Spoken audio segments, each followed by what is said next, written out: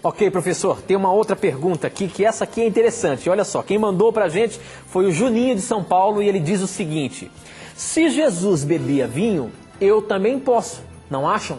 Olha aí a pergunta do Juninho, professor. Como é que fica isso então? Como que a gente vai explicar isso pro Juninho? Nós temos que entender, Juninho, que tipo de vinho Jesus bebia. A palavra vinho na Bíblia, ela se refere tanto ao vinho alcoólico quanto ao puro suco da uva. Como nós podemos saber que o vinho que Jesus bebeu não era o alcoólico? Nós podemos utilizar dois textos que não deixam dúvida alguma. Primeiro, eu vou ler para você esse texto que menciona que Cristo bebeu vinho, porque ele estava na festa de casamento na cidade de Caná, lá em João capítulo 2. Tá? É esse o relato que Juninho deve ter lido. Eu vou ler um texto que mostra que a palavra vinho na Bíblia se refere ao vinho alcoólico e outro que se refere ao puro suco da uva. Primeiro texto, Provérbios capítulo 20, verso 1, mostra a palavra vinho sendo usada para se referir à bebida alcoólica. Diz o seguinte: o vinho é escarnecedor e a bebida forte alvoroçadora, provoca confusão.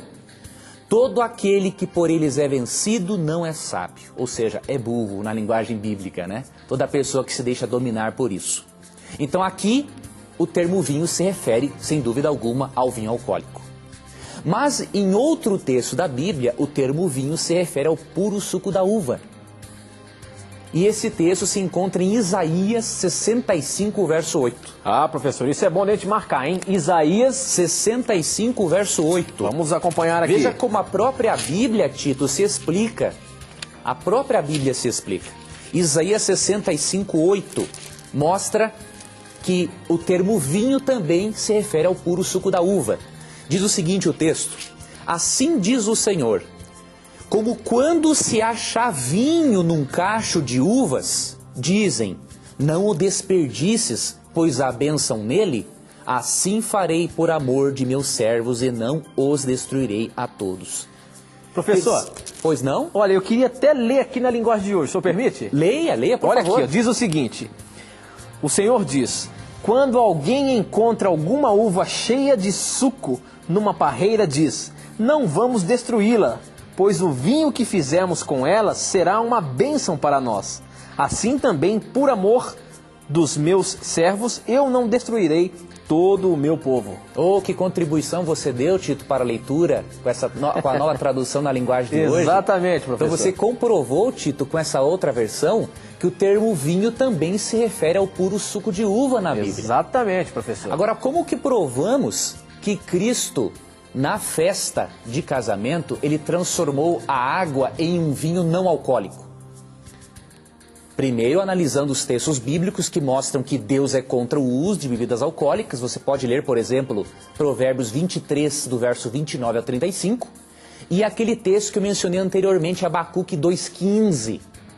Lá é dito o seguinte, ai daquele que dá de beber ao seu companheiro.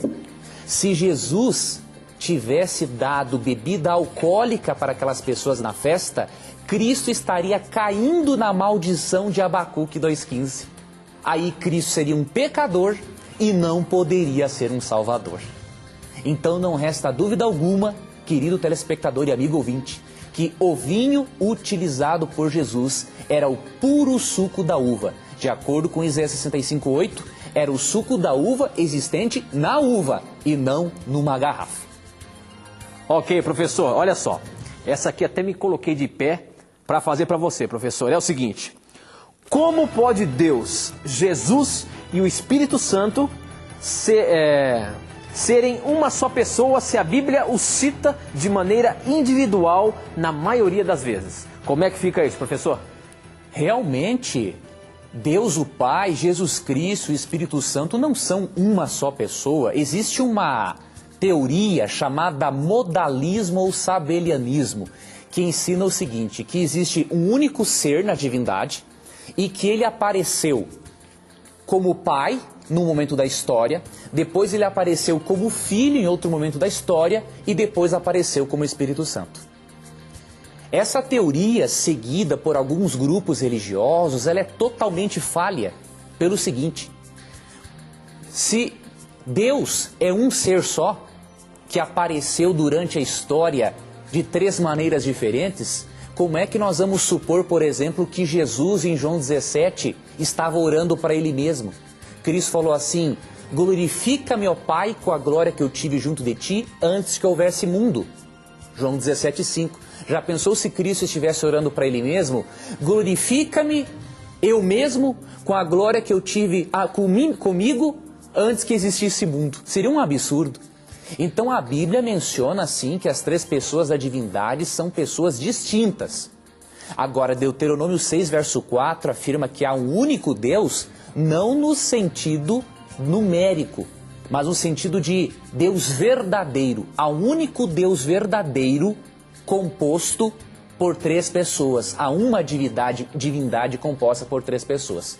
Deus é um só, no poder, no caráter e no propósito, mas diferente em personalidade. Leia, por exemplo, o batismo de Cristo em Mateus 3, 13 a 17, e você verá o Pai falando, Cristo sendo batizado e o Espírito Santo no ombro de Cristo em forma de uma pomba.